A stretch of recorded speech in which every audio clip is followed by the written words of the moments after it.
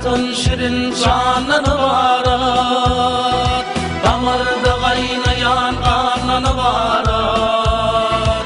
Vatan din kadim din Türkmenum, bir vatan madam kana varat. Türkmen vatan bilindirdir diri, şu vatana eylem damı varat. 5 yıl, 10 yıl, 100 yıl beri hasrı doğadır aydımı tabar. Türkmen vatan bilindirdir diri, ülke vatan karşısına övrülyer. Vatan Türkmenlerin kalbinin nuru, oylun yarın vatan yerden başlanıyor. Vatan bu din giyecek kirpigin çalman, kirpigin tak yerinden başlanıyor.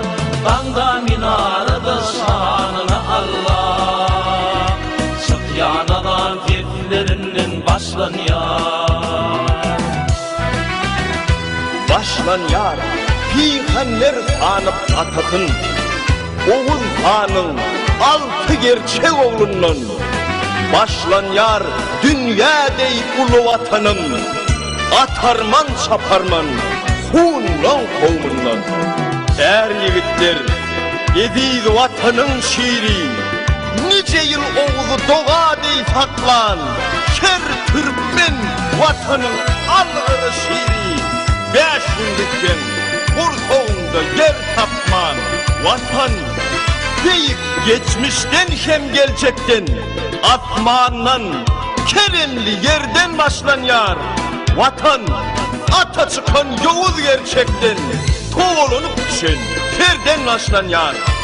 Rağının dövedinden başlanıyor, dağdan akan köveşinden başlanıyor.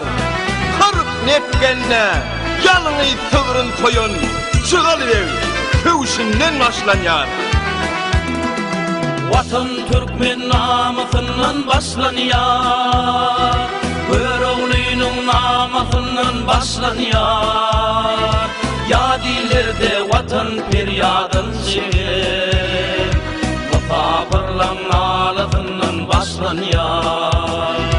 Vatan kazamımdan tılla girvimden, parlak durun baydağımdan başlanıyor. Karıştı bir taraf deyip yurdumda, tutulyan toy bayramımdan başlanıyor. Dinle vatan öğretir minnetli, olur dua ederdi de şükürlü. Vatan Türkmenlerin mukaddesi, dine Allah vardır dinin yok orada. Türkmen vatan bilindirdir diri.